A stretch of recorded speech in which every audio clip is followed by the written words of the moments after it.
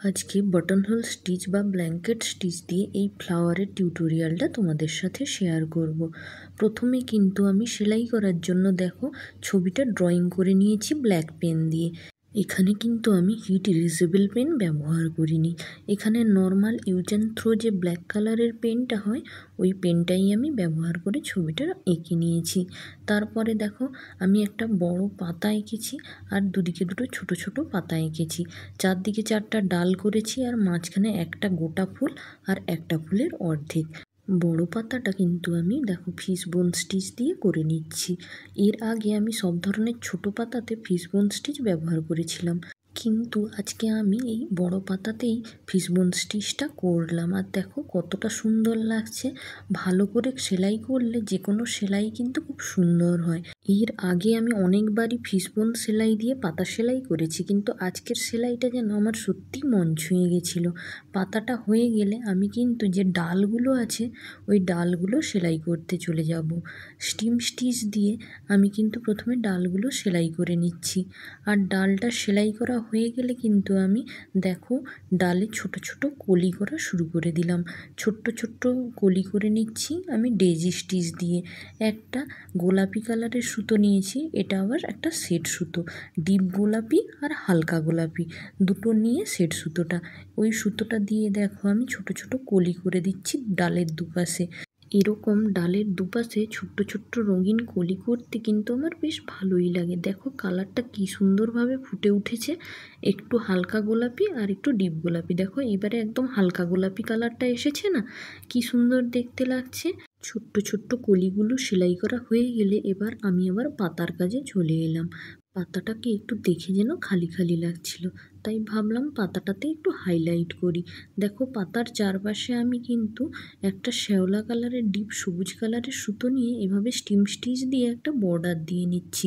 প্রথমে পাতার দুটো পাশে এভাবে বর্ডার দিয়ে নেওয়ার পরে আমি পাতার মাঝখানের অংশেও দেখো একইভাবে পাতার দুপাশে যেভাবে স্টিম স্টিচ দিয়ে বর্ডার করেছিলাম, পাতার মাঝখানেও আমি একইভাবে স্টিম স্টিচ দিয়ে পাতার শিরা উপশিরাগুলো করে নেব।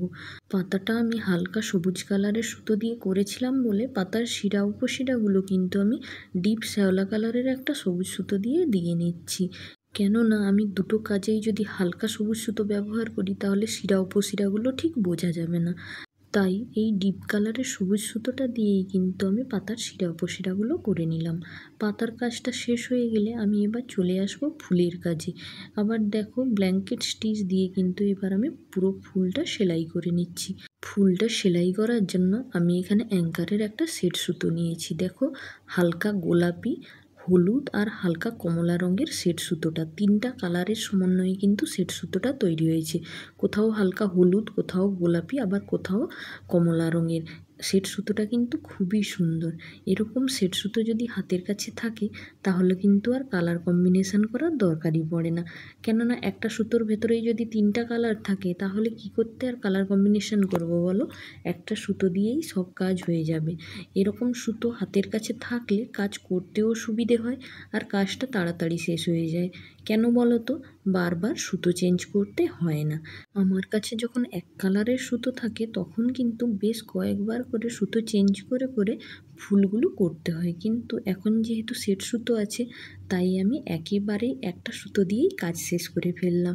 দেখো ফুলটা কত সুন্দর কালারফুল লাগছে, কোথাও হলুদ, কোথাও গোলাপি, আবার কোথাও কমলা। একটা সুতোতেই কাজ শেষ, কি ভালো না ব্যাপারটা? দেখো ফুলটা হয়ে গেলে এবার আমি কিন্তু পরাগরেণু দিতে চলে আসব। আর পরাগরেণু কী দেবো ভাবতেই ছিলাম, কেননা দেখো ফুলটা এত কালারফুল, পরাগরেণুতে কী কালারের সুতো দিয়ে সেলাই করব সেটা ভাবছিলাম। ভেবে ভেবে এই একদম হালকা গোলাপি কালারের সুতোটা তুলে নিলাম পরাগরেণু করার জন্য। একদম হালকা গোলাপি, দেখো ওই জন্য বোঝাও যাচ্ছে যেহেতু ফুলটাতে ডিপ গোলাপি আছে, হলুদ আছে, তাই হালকা গোলাপি কালারটা বেশ ভালোই ফুটেছে আমার তো মনে হয়। এবার তোমাদের এই হালকা গোলাপি কালার দিয়ে ফ্রেঞ্চ নটটা যে দিয়েছি পরাগরেণুতে সেটা তোমাদের কেমন লাগছে তোমরা কিন্তু জানিও আমাকে প্লিজ। আর আমার ভিডিও যদি ভালো লাগে তাহলে তোমরা অবশ্যই অবশ্যই পাশে থেকো। Thanks for watching.